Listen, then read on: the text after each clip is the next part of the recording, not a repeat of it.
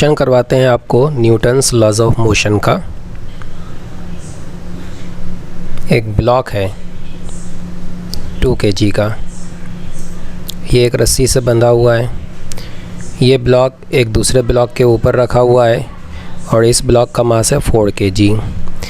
ये एक तीसरे ब्लॉक पे रखा हुआ है और इसका मास है 6 kg। ये ब्लॉक एक हॉरिजॉन्टल स्मूथ सरफेस पर रखा हुआ है। ये दीवार है और दीवार से ये रस्सी बंधी हुई है। अब हमने क्या किया, अच्छा ये दोनों ब्लॉक एक रस्सी से बंधे हुए हैं जो कि एक पुली पर से पार होती है, मासलेस पुली है, रस्सी दोनों स्ट्रिंग्स मासलेस हैं। अब देखो यहाँ पर कोएफिशिएंट ऑफ फ्रिक्शन है 0.5। ये सरफेस स्मूथ है, यहाँ पर कोई फ्रिक्शन नहीं है और ये भी सरफेस स्मूथ है। 6 kg ब्लॉक पर हमने एक फोर्स लगा दिया F। अब आपको बताना ये है, क्वेश्चन का पहला पार्ट बताना ये है कि हम इस F का मिनिमम वैल्यू कितना रखें जिसके लिए इन ब्लॉक्स में मोशन हो सके।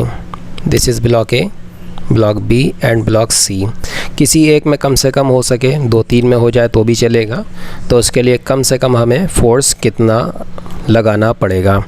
दूसरी चीज़ आपको ये बताना है कि अगर हम इस फोर्स को डबल ऑफ द मिनिमम, जो मिनिमम हमने यहाँ पर फाइंड किया है उसी का डबल कर देंगे तो इन ब्लॉक के एक्सेलरेशंस क्या होंगे। A का एक्सेलरेशन, B का एक्सेलरेशन और C का एक्सेलरेशन। और इसी में आपको बताना है in this case when we have applied this much force what is the tension in this string, जो B और C को आपस में कनेक्ट करती है ये स्ट्रिंग। तो इसको वीडियो को पॉज करके अपने आप ट्राई करो उसके बाद सॉल्यूशन देखना। तो देखो इसको अब हम सॉल्व करते हैं। जब हम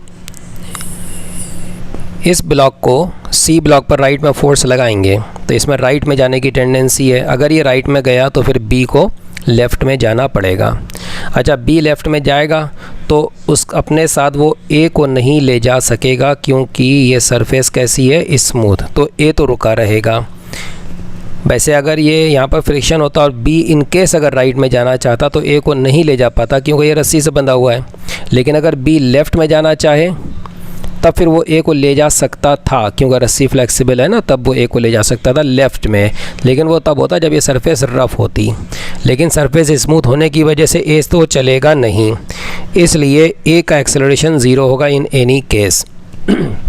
ओके, अब देखो आप यहाँ पर जो फोर्स लगाओगे, इस फोर्स को, ये फोर्स ब्लॉक C को राइट में चलाना चाहेगा और B को लेफ़्ट में, तो B जो ब्लॉक है वो C पर स्लिप होकर के लेफ़्ट में जाना चाहेगा। तो स्लिप होगा तो फ्रिक्शन उसको रोकने की कोशिश करेगा।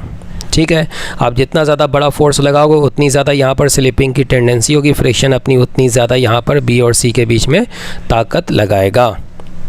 तो जब फ्रिक्शन मैक्सिमम ताकत लगा रहा है अपनी अपर लिमिट पर, मैक्सिमम वैल्यू पर पहुँच चुका है, उस टाइम पर जो फोर्स है that will be the minimum required force to cause the motion in the blocks B and C only. A तो वैसे भी मूव नहीं करेगा। ओके, तो इसका मतलब लिमिटिंग केस में when the block B is just on the verge of slipping on the block C, जब स्लिपिंग जस्ट होने ही वाली है तब ये फोर्स कितना है वो हमें फाइंड करना है। इसका मतलब ब्लॉक B जो कि C पर लेफ़्ट में शिफ्ट होना चाहता है तो इस पर फ्रिक्शन इधर लगेगा और ये मैक्सिमम लगेगा। मैक्सिमम फ्रिक्शन लगेगा mu which is 0.5 into the normal reaction.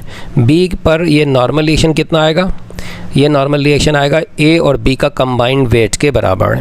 A 2 kg, 4 kg, 6 kg का मतलब 60 न्यूटन, G की वैल्यू 10 लेते हुए।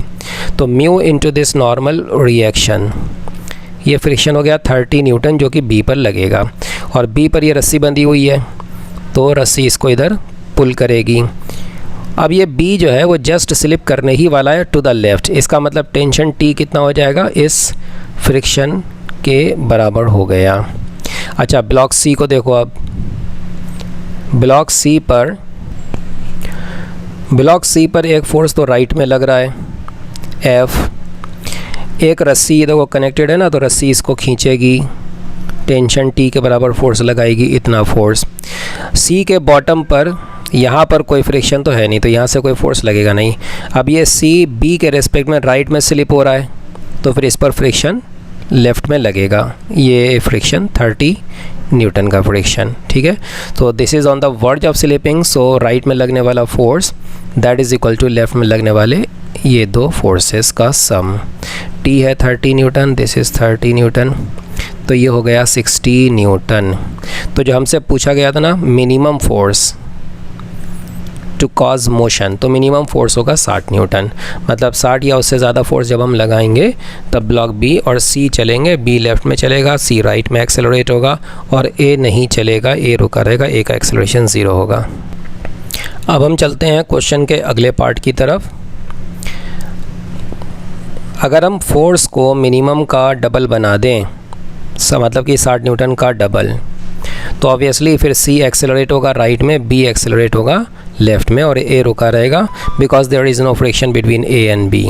सो now let us see the block सी।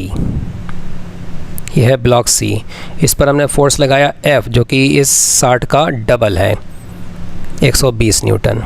कुछ टेंशन होगी रस्सी की, टेंशन लगेगी, और इसमें बॉटम पर तो कोई फ्रिक्शन है नहीं। अब चूंकि ये ब्लॉक सी बी के नीचे से राइट में स्लिप होकर के निकल रहा है, तो इस पर फ्रिक्शन लेफ़्ट में लगेगा, और फ्रिक्शन उतना ही बनेगा, म्यू एन 30 न्यूटन।